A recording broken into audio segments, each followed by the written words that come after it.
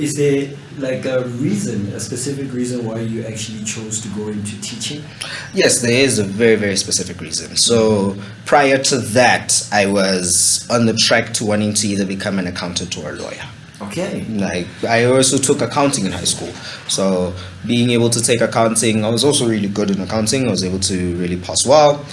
But it got to a point where, matric is now here. Going through matric year, you have to start applying for varsity. You have to start making a decision of life.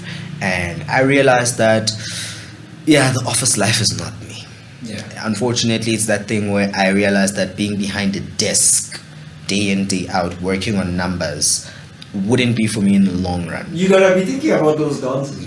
Let alone that, it's just the energy of it, because I get you though. even with just with the accounting, like I said, I did accounting. With the lawyer part, I did public speaking and debating in school. Okay. So there are things that I gravitate to, but thinking about I really much decided to leave alone the TV shows that depict these people, because they only depict the glamorous parts of being a lawyer and all that, but really delving into people who are lawyers, and I realized that's a lot of paperwork. A lot. That's a lot of information. A lot, yeah. And most students don't even know that after you do those specific ones that you mentioned, you still have to do other things. You're not done. Your articles are coming. You are not an accountant. Not even. You are still there. You are now qualifying to be a lawyer or accountant. Exactly. Yeah. And that's the thing. It's just that thing where I realized, no. Mm-hmm. So was contemplating that throughout the entire year, and then having a conversation with my mom. She was like, you know what, better for me to take a gap year than to go to varsity and waste a year. Time. You understand? Money and finances are not nice in this real economy, hey? Yeah. So it was pretty much that. Then just before the year ended, 2018 matric, the teacher in charge of the RCLs and prefects at my school tasked me, as well as the president, to just run a training session for those who have been nominated and are going to be RCLs and prefects the next year. So just a workshop over a couple of days. And through that process, I started realizing I enjoy a lot of the process of youth development. I enjoy developing people to want to be better, particularly in leadership, but overall as young people, because you tend to see small gaps within our societies and everything, where things are not being done where you wish they could be done.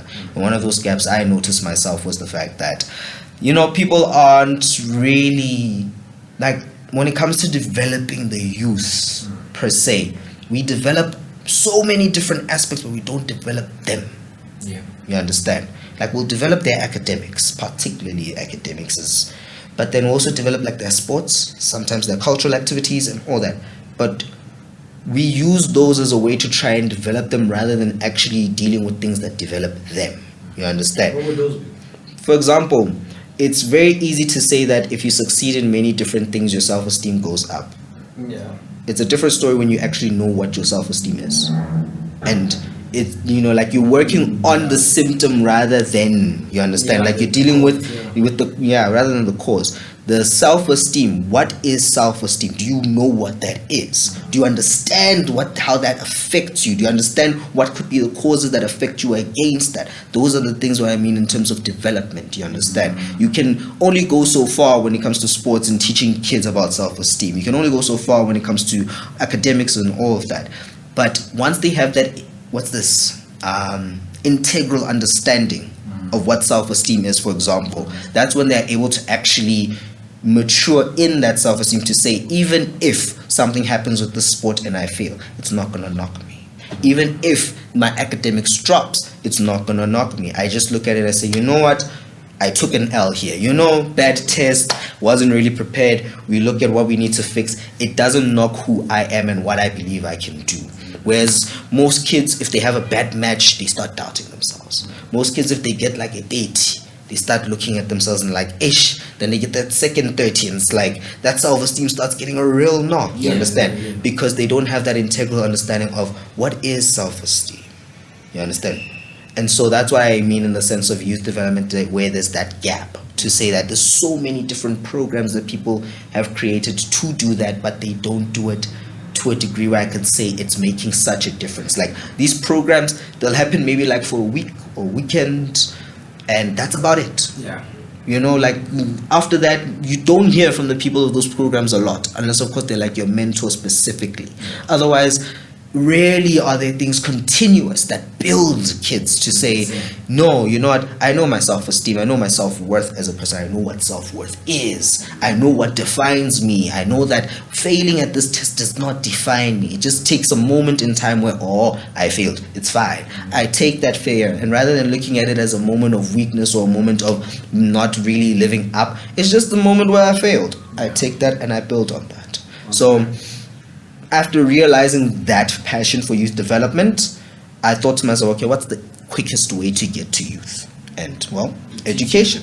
Yeah. It's pretty much not only the quickest way to get to the youth, but it's also the largest group of youth you can work with that is structured. You understand? Because anything outside of that, you have to create a structure, you have to get people on board with it, and it just takes a lot of different logistics involved with it. On top of that, there's also a lot of different bureaucracies involved with that, whereas at least with teaching, trying to create such programs within the school is often looked upon as a good thing, as a great thing, you understand? And it's supported more rather than someone who's outside and is just trying to bring forth, because many people will see those people as having ulterior motives, you understand?